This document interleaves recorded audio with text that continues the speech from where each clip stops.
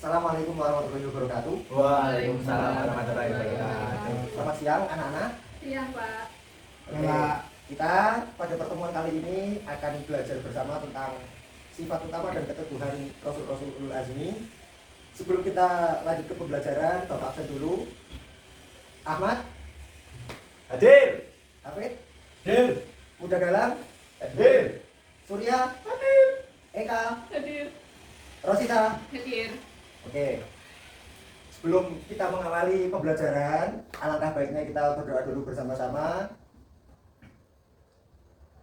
Liridhoillah wa li syafaati Rasulillah. Al-Fatihah. A'udzubillahi minasyaitonir rajim. Bismillahirrahmanirrahim. Alhamdulillahirabbil alamin. Arrahmanir rahim. Maliki yaumiddin. Iyyaka na'budu wa iyyaka nasta'in. Ihdinas siratal mustaqim. Siratal ladzina an'amta 'alaihim ghairil maghdubi 'alaihim Dolin, amin. Raditu billahi rabban wa bi sayyidina wa bi Muhammadin nabiyyan wa rasulah. Baik, kita akan belajar tentang Rasul Ulul Azmi.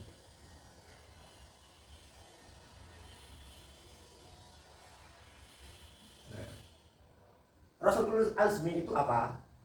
Rasul Ulul Azmi adalah utusan Allah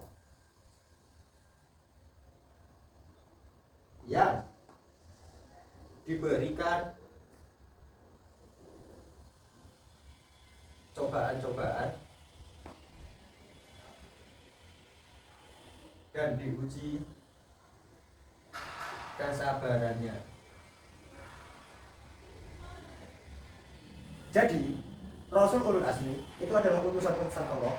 Dari 25 Rasul yang wajib ketahui, itu ada beberapa yang diberikan predikat sebagai Rasul Ulul Azmi, di mana Rasul Ulul Azmi itu adalah utusan Allah yang diberikan cobaan, dan cobaannya itu tidak ringan.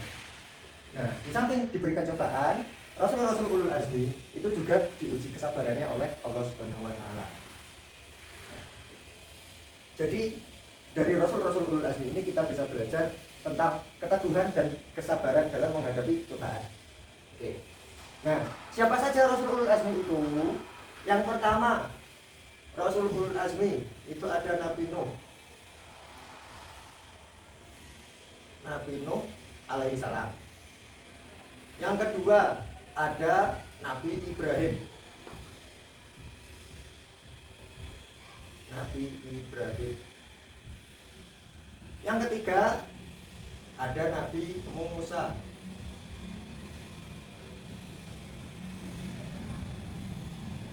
Yang keempat, ada yang tahu Nabi siapa? Nggak tahu. Ada Nabi Isa alaihi salam. Yang terakhir adalah Nabi Muhammad sallallahu alaihi wasallam. Nah, Rasul Ulul Azmi itu ada 5. Ya. Ada cobaan-cobaan yang kelima Nabi ini, kelima Rasul ini sudah terlewati. Ya. Jadi sebelum kita lanjut, perlu diingat Ulul Azmi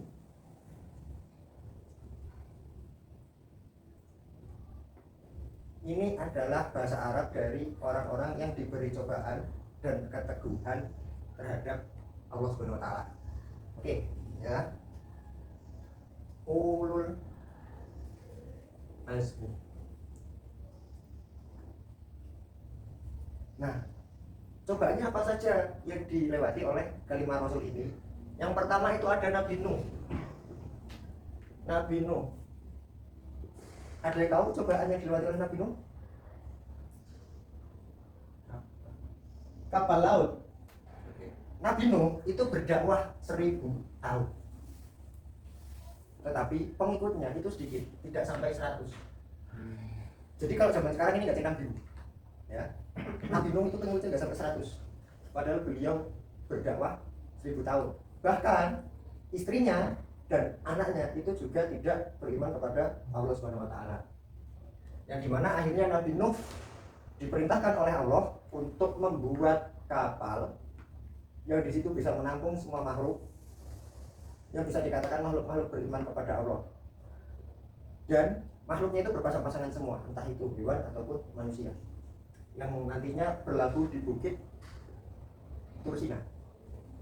Oke, itu yang pertama Nabi Nuh. Yang kedua, Nabi Ibrahim. Cobaannya apa? Nabi Ibrahim itu cobaannya yang pertama menghadapi Raja Namrud. Ayah dari Nabi Ibrahim itu seorang pembuat berhala pada zaman Raja Namrud.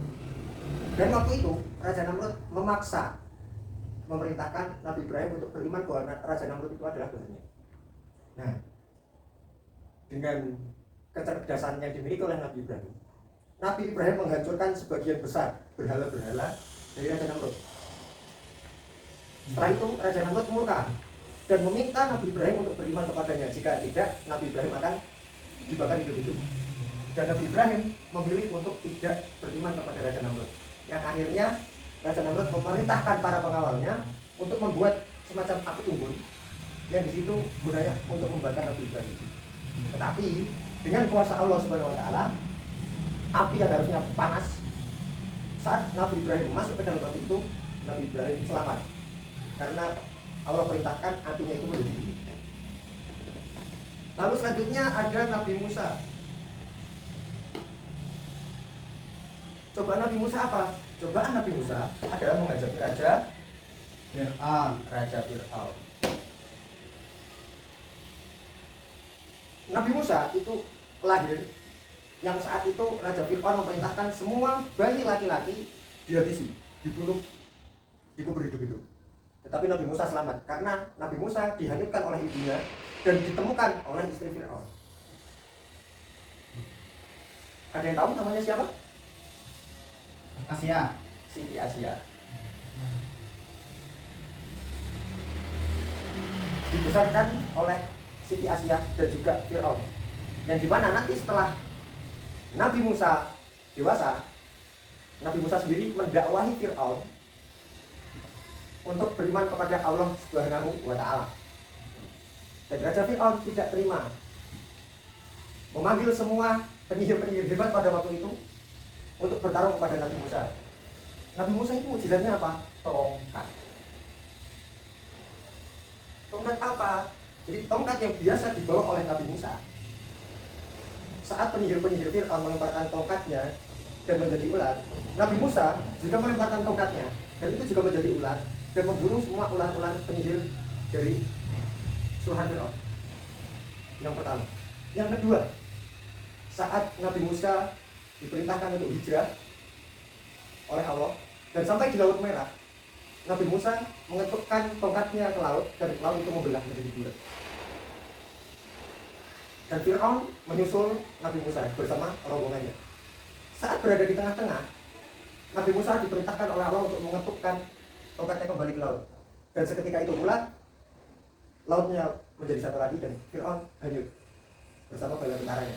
Dan sampai sekarang jasad Fir'aun itu diabadikan di Mesir dan memang untuk dijadikan pembelajaran oleh kaum-kaum selanjutnya. Lalu yang keempat, ada Nabi Isa. Ada beberapa mukjizat yang dimiliki oleh Nabi Isa. Salah satunya adalah menghidupkan orang mati dan bisa menurunkan makanan-makanan dari langit. Cobaannya apa Nabi Isa? Pengkhianatan. Kenapa pengkhianatan?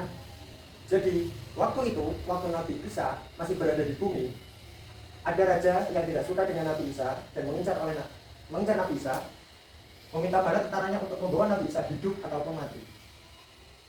Dan saat itu pula ada salah satu murid dari Nabi Isa yang membocorkan tempat persembunyian Nabi Isa. Ada yang tahu namanya siapa? Tahu. Namanya Yudas Iskariot. Nah, saat itu pula Yudas Iskariot diberi hukuman langsung oleh Allah. Muka Nabi Isa dan itu ditempelkan kepada muka Yudas Iskariot. Jadi bala tentara raja yang zalim itu membawa Yudas Iskariot ke hadapannya dan disalib. Seperti itu. Sekarang Nabi Isa di mana? Sudah diangkat ke langit. Lalu yang terakhir ada Nabi Muhammad. Nabi Muhammad cobaannya apa? Penolakan suku Quraisy. Jadi saat Nabi Muhammad berdakwah, entah itu saat diperintahkan oleh Allah dakwah secara sir, secara diam-diam ataupun secara jahar, secara terang-terangan, dari suku Quraisy itu pasti ada penolakan terhadap dakwah dari Nabi Muhammad. Dan beberapa mukjizat Nabi Muhammad itu juga menggemparkan. Karena yang pertama bisa membelah bulan. Membelah bulan. Ini yang sudah terkonfirmasi. Karena apa? Karena kata-kata astronot yang sudah pernah terbang ke bulan ada bekas retakan seperti sudah dibelah. Dan yang terakhir ada Al-Quran. Ya sebenarnya itu bukan bisa dikatakan mukjizat, bisa dikatakan tidak. Karena memang Al-Quran itu langsung dari Allah. Ya. Seperti itu. Jadi kelima nabi ini, kelima rasul ini dari Nabi Nuh, Nabi Ibrahim, Nabi Isa, Nabi Musa, Nabi Muhammad, cobaan beliau berlima itu tidak mudah untuk dilewati. Ya seperti Nabi Nuh 1000 tahun, bayangkan 1000 tahun. 1 tahun nggak ada satu pengikut. Kalau dibagi dengan 100. Ada Nabi. Oke, jadi anak-anak itulah kelima Rasul Ulul Azmi itu.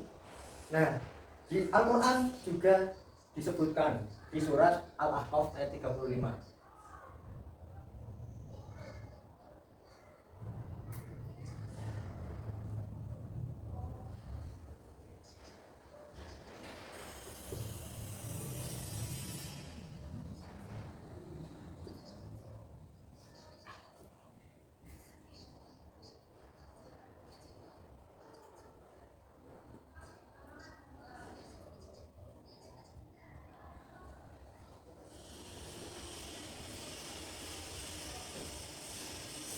Fasbir kama sabara ulul azmi minar rusul. Ya. Jadi Allah berfirman di surat Al-Ahqaf ayat 35, Bismillahirrahmanirrahim. Fasbir kama sabara ulul azmi minar rusul. Ya. Sabarlah kamu, wahai Muhammad, seperti sabarnya Rasul-Rasul yang memiliki keteguhan hati.